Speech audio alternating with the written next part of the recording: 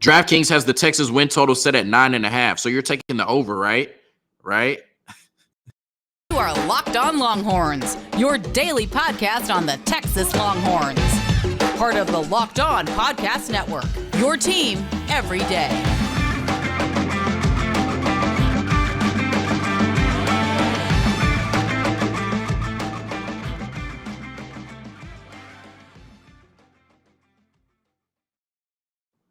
Locked On Longhorns, the show. Jonathan Davis, your host. Today's episode of Locked On Longhorns is brought to you by FanDuel Sportsbook, the official sportsbook of Locked On. Make every moment more. Visit FanDuel.com/Locked On today to get started. On today's episode of Locked On Longhorns, we're talking about the Big 12 win totals for 2023 provided by DraftKings. Texas sits at 9.5. Are you taking the over? Because I know you're not taking the under. Then we're talking about the Texas basketball team. They currently sit at number 3 in the transfer portal rankings overall. We discussed their transfer haul and 2 players that could potentially be additions to the number 3 transfer portal class in the country currently. Then we talk about the Texas baseball team who picked up a series win over the Kansas Jayhawks on the road this weekend, 2-1. All of that and more on today's episode of Locked On Longhorns, part of the Locked On Podcast Network, your team every day. So DraftKings released their win totals for the 2023 season in the Big 12, a year in 2023, which Texas will be in their last year in the Big 12, and a year in which most people expect Texas to be the overwhelming favorites to win the Big 12 this year. And when I first saw Texas's win totals sitting at 9.5, my first thought was, oh, hammer that, right? Take the over, right? We're not betting the under, of course, but hammer that, take the over. They're definitely going to win 10 games, because my initial thinking was they're going to have 14 opportunities to win those 10 games, right? I didn't know the parameters of the bet when I first saw it. And so I'm thinking, okay, 12 regular season games, Big 12 championship game, which they should appear in, and then a bowl game, right? 14 opportunities to win 10 games. This Texas team is not going to lose 5 games this year, right? Then I saw that it only counted towards regular season games, and that changed it a little bit, because I'm like, okay, you have 12 opportunities to win 10 regular season games. And we're talking about something Texas has not done, I believe, in the regular season since 2009, right? So that gets a little tricky. And when you look at the win totals for each Big 12 team, I'm only doing the top 5 because, in my opinion, these are the only 5 schools in the Big 12 that have a chance to win the conference championship this year. Texas sits at 9.5. Oklahoma is tied with Texas atop the conference at 9.5 wins. Now, I know you think that's crazy. I think it's crazy. I think Oklahoma is in a rebuild right now. But when you look at their schedule, they have a very, very realistic path to 9 or 10 wins this year. When you look at their schedule, Texas and TCU are the only games on their schedule I think Oklahoma realistically could or should lose this year. So I think any other game outside of Texas or TCU they lose this year would be a disappointment. If they handle business this year, they definitely could go 9-3, 10-2, which is crazy to say in year 2 for Brent Venables. Kansas State, the reigning Big 12 champions, they are at 8.5 wins. TCU at number 4 is at 7.5 wins, and Texas Tech, number 5, is at 7.5 wins, right? And I think most of us think that Texas will win 10 games this year, right? When you look at Steve Sarkisian, he's in year 3. You know, he said this is finally starting to feel like his team, right? And when you look at the roster, you bring back Quinn Ewers, you lose Bijan and Roschon, but you have a really talented running back room. You bring back JT Sanders, a top 5 tight end in college football. You bring back all 5 starters on the offensive line. And then you bring back Xavier Worthy, Jordan Whittington, and Isaiah Nayor. You bring in A.D. Mitchell and Jonte Cook amongst some other receivers. And then when you look at the defensive side of the ball, you lost Mora Ojimo, Keandre Coburn, and DeMarvion Overshone. But I think this defense, with what you brought in terms of the transfer portal, the players you brought back, and the true freshmen you brought in, has a chance to be as good as you were last year or even better. And this was a really good defensive unit last year. So I think most of us think Texas will win 10 games this year, right? And I think when you're talking to your friends, or when you're arguing on Twitter, when you're talking to Aggies or Sooners, you're like, hell yeah, Texas is going to win 10 games this year. But I think it's a lot different story when you got to take money, or your hard-earned money, and put it down saying Texas is going to win 10 games in 12 opportunities in the regular season. And I think Texas is going to win 10 games this year. But when I started getting ready for this segment and I wrote down the schedule and I say Texas really has no margin for error, I got a little gun shy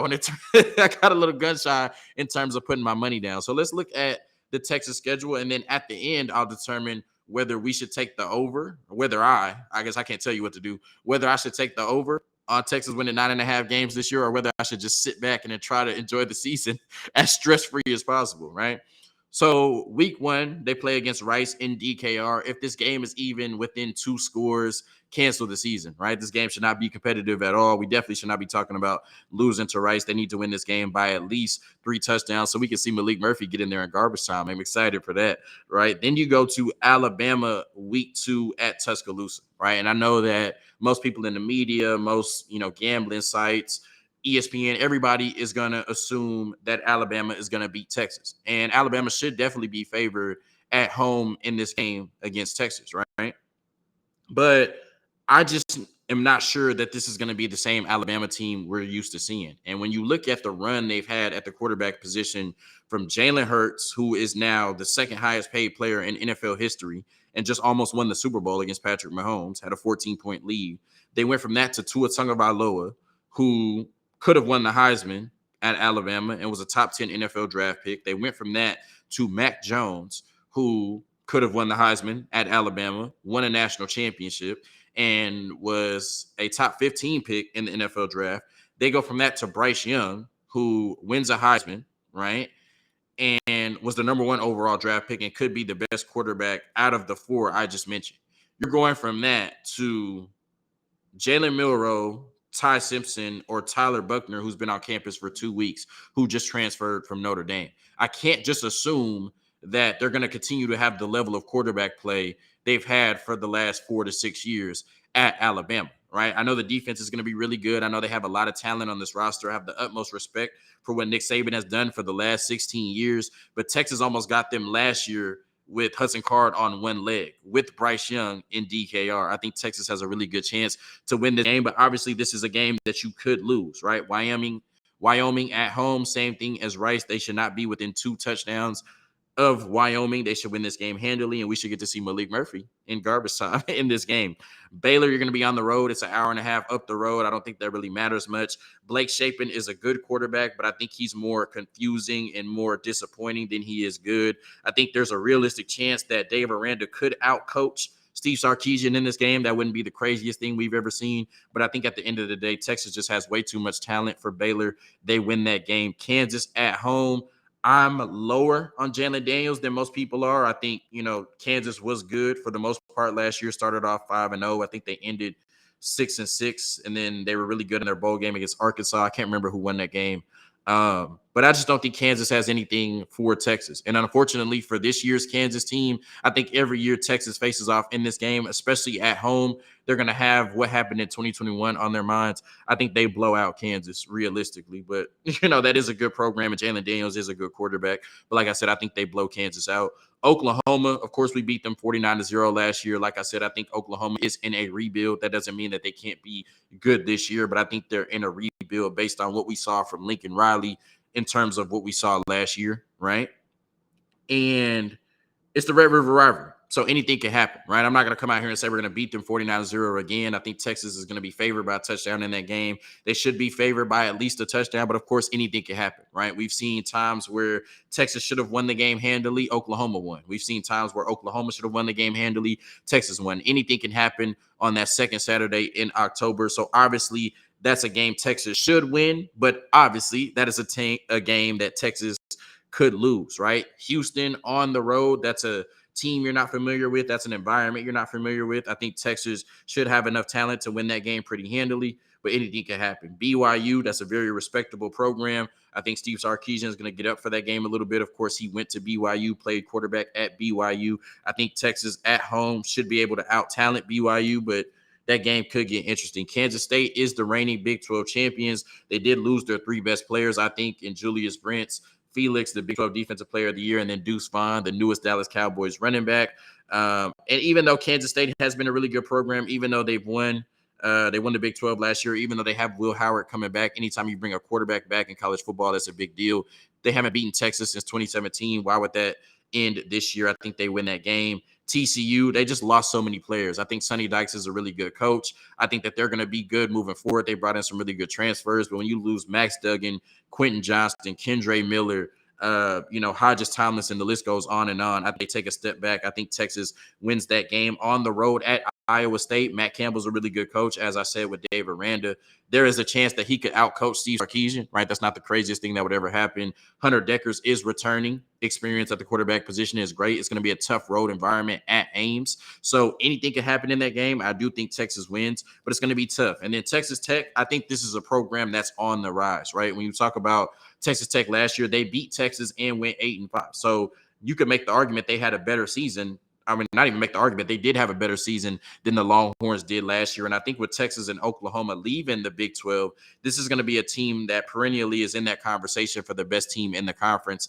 sitting at 9 to 10 wins every year. And I think they have a chance to compete for that this year, right? So I actually probably would take the over on Texas Tech 7.5 if I was a betting man, which I am, right? So that's going to be a really tough game the day after Thanksgiving. It's going to be a dogfight, right? We know the comments they made last year about punching us in the mouth. I expect them to come to DKR and try to do the same this year. And of course, this is going to be a game, the last regular season game of the year, that could have Big 12 championship game implications. So that's going to be a really tough game. So, I think when I look at the Texas schedule, I could definitely see a path to them winning 10 or 11 games. But I also could see 2 or 3 games that they could slip up in outside of the Alabama game. And when it comes to putting my hard-earned money on something, I like to think that I'm going to win it. And I just don't know for sure that Texas is going to get over that hump this year and start to beat every team on their schedule that they're supposed to beat. Because of that, I can't put my money on them winning 10 games. But if it just comes down to me talking trash, then of course the Longhorns are going to win 10 games this year and get back on track. And of course,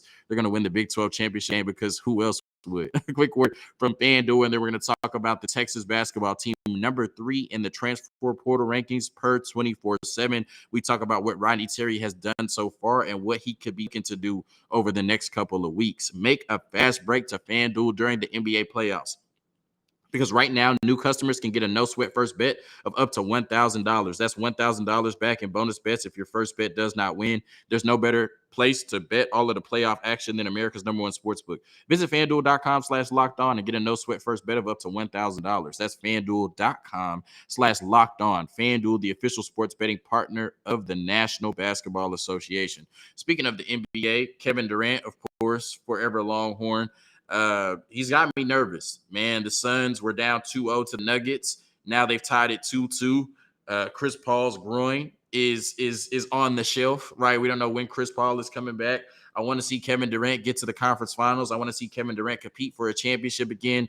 That's been a really good series. Really, the playoffs has been really good this year in the NBA. But every time I watch the Suns, every time I watch Kevin Durant, especially in the playoffs, my heart drops. And so tonight is going to be no different. Very nervous. It's going to be a tough game 5 in Denver, but hopefully the Suns can pull it out and then close out the series in 6 back in Phoenix on Thursday night. When we talk about this Texas basketball team, speaking of Kevin Durant, somebody that coached and helped recruit Kevin Durant at the 40 Acres, Rodney Terry, is now the head men's basketball coach of the Texas basketball program. And there's been a lot of conversation about what his tenure has looked like thus far at the 40 Acres, right? Because we've seen a lot of players coming in, right? We've seen 4 players coming in via the transfer portal, and Dylan Dessou deciding to return to the 40 Acres. So I guess 5 players have committed to be on the team next year, in addition to Brock Cunningham, who said he was coming back during the season.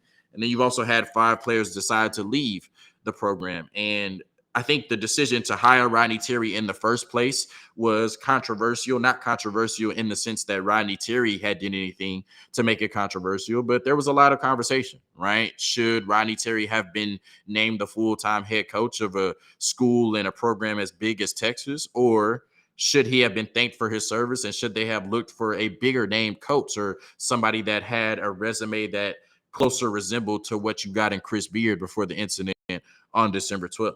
And, a lot has been made about, Rodney Terry and the players he's lost. And I don't think you can charge Dylan Mitchell and Tyrese Hunter to him just because they had NBA aspirations. And you kind of knew before the season that they were looking to test that after the season. I can't necessarily charge Rowan Brumbaugh going to Georgetown on Rodney Terry because, we don't, we don't know what Rowan Brumbaugh looks like yet. I think he's going to be good at Georgetown, but we haven't seen him play college basketball yet. So we can't say that was a huge loss. Now, I think Arterio Morris, Ron Holland, and AJ Johnson, you have to put that on Rodney Terry to some extent, even if, Ron Holland and AJ Johnson go on to play professional basketball. That's still a decision they had to make over playing basketball for Rodney Terry in college. And so you have to put that on RT somewhat, right? I think when you look at the Arterio Morris situation, he went to Kansas and there's not even a guaranteed opportunity for him to start next year, right? At Kansas.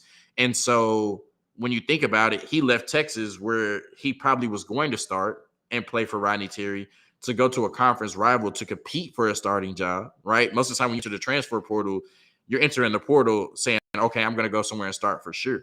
He entered the portal to compete for a starting job, which is what he was going to do at Texas anyway. So that tells me that his relationship with Rodney Terry wasn't great. I put that on RT losing those players, right? But when you look at the current landscape of college basketball, where 20% is in the portal, period, 20% of the sport is in the portal, that's what every coach is dealing with, right? Every coach is losing really good players. And it's on every coach to adapt to that and bring in some really good players to compete at a high level. And I think to focus on the players that Rodney Terry has lost or focus on the players that have decided to leave the program since Rodney Terry has gotten the job is unfair to the job that Rodney Terry has done in terms of fortifying this roster based on the current situation he's in. So when you look at the college basketball transfer portal rankings currently, they have West Virginia number 1, Kansas at number 2, Texas at number 3, Arkansas at number 4, and Gonzaga at number 5, right? So we talk about what Rodney Terry has lost, but what he has brought in thus far is the number 3 overall transfer class, according to 24/7. And when you look at West Virginia, they have 5 total commits compared to Texas with only 4 commits. We know that Texas is going to do some more work in the transfer portal, so I would not be surprised to see them move up to number 2 or number 1. They are headlined by Jesse Edwards, I think a top 5 transfer portal commit, a center from Syracuse that transferred to West Virginia. When you talk about Kansas at number 2, they only have 3 commits, but all 3 players are top 28 players in the transfer portal, according to 24/7. Hunter Dickerson was the number 1 overall player. Arterio Morris was their 3rd highest rated player in the transfer portal, the 28th overall rated player. Kansas is going to be really good next year. We'll talk about Texas here in a minute. Arkansas brought in 5 players with the number 4 class, 2 top 20 players. The only other team that can say that is the Texas Longhorns, and then Gonzaga with the number 5 class currently. They brought in Ryan Nembhard, who has been the starting point guard for that Creighton team Texas has played the last 2 years. But I think we need to give Texas and Rodney Terry, the staff, everybody involved, his flowers, because when you look at what he's been able to do, the number 3 overall transfer class thus far, he has brought in Max Amos, the 8th overall player in the transfer portal, the current active points leader in college basketball, somebody that has averaged 20 points a game the last 3 years, somebody that is going to put on a show at the University of Texas, be one of the best scorers in the country, right? You went and got a top 10 player out of the transfer portal. Then you talk about Caden Shedrick, somebody who's going to be your defensive anchor, right? Your rim protector, somebody that's going to be really good on the defensive end for you, and somebody that felt like he wasn't utilized properly at Virginia. He feels like he has a lot more in his bag than what he was able to showcase at Virginia, where he was largely just a rim runner, kind of rim protector and rebounder, right? If he can add, some other pieces to his game or showcase that in Rodney Terry's offense, right? Then you're talking about somebody who was the 17th overall player, but could be a steal, right? If he turns out to be more of a scorer and more of a playmaker than we saw at Virginia. Kendall Weaver was unranked coming out of high school, but then won WAC Freshman of the Year. Somebody that shot 40% from the 3-point line and averaged 4.5 rebounds as a combo guard, right? At 6'3", 164. I think he's going to be really good at the 40 acres for more than 1 year. And then Zarik Onyema, the only 3-star they've brought in the portal thus far. Amos, Shedrick, and Weaver were all 4-stars. Somebody that has a relationship with Rodney Terry, has played under Rodney Terry, and is going to bring a lot of defense, energy, and rebounding. And then 2 players they're interested in the transfer portal right now.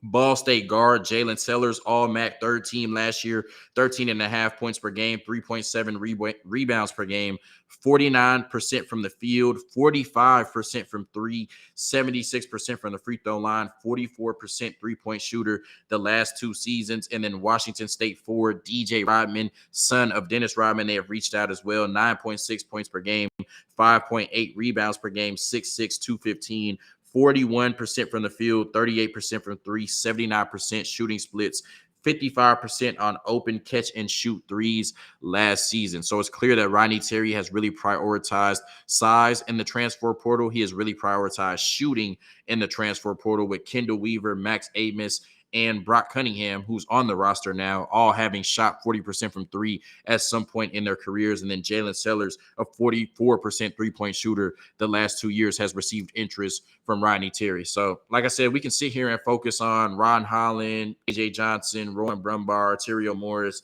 Tyrese Hunter, and Dylan Mitchell all we want, but I think we need to pivot and focus on who's on the roster, who will be playing for Texas next year. And I think Rodney Terry has done a really good job of building the foundation of this roster via the transfer portal. This looks like a roster right now, depending on what they do between now and the season, a roster that has a skeleton of a team that could compete for a Big 12 championship and a team that could make it back to the Sweet 16. And I think if you can bring in one of Tyrese Hunter, Dylan Mitchell, or Ron Holland back to this group, then you're talking about a team that experience-wise and talent-wise looks like one of the best in the country. So, I know that it hasn't been all sunshine and flowers since Rodney Terry has taken the job, but I think when we look at what he's done on May 9th with the number 3 transfer portal class in the country, according to 24/7, and the ability to still get Dylan Mitchell, Tyrese Hunter, and or Ron Holland back to this roster, still with a lot of really good players in the transfer portal to fill out this roster, we have to acknowledge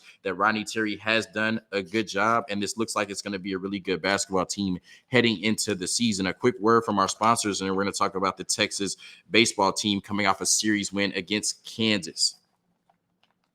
So Texas sits at 32-17 on the season. They took 2 out of 3 against the Kansas Jayhawks, lost on Friday, but won Saturday and Sunday to clinch the series. They lost 10-4 on Friday. And what we saw from the pitching staff has kind of been the theme of when they've ran into trouble the last 2 to 3 weeks now, they were unable to throw strikes, right? They gave up a 5-run 5th inning, 14 hits, but what really killed you is 7 walks. That's just unacceptable from this pitching staff, and that's ultimately the reason you lost 10-4. I thought the offense has been really good of late. 4 runs. You would like a little bit more from this offense, who's averaging about 6 to 7 runs over the last 3 weeks to a month. So 4 is lower than their total, but of course, when the pitch staff gives up 10 runs, there's a good chance you're not going to win that game anyway. They came back on Saturday and got the 6-2 win. LBJ had 12 Ks in 7 innings. This pitching staff has great stuff, especially with Tanner Witt coming back, somebody that can get a lot of strikeouts as well. 16 total strikeouts on Saturday out of 27 outs. That'll help, right? And that's the reason they only scored 2 runs. When you're getting strikeouts, you're not putting the ball in play and you're not putting runners on base. And then on Sunday, they came back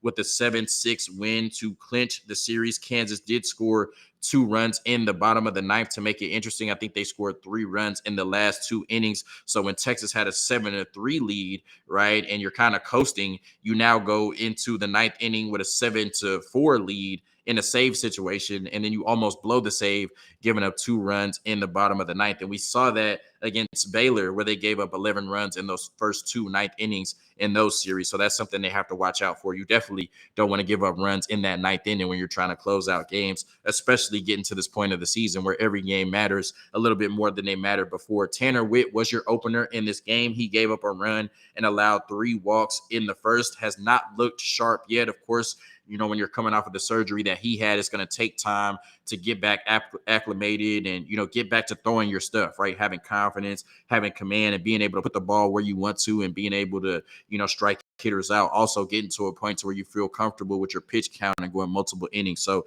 that's a work in progress. It's going to take time.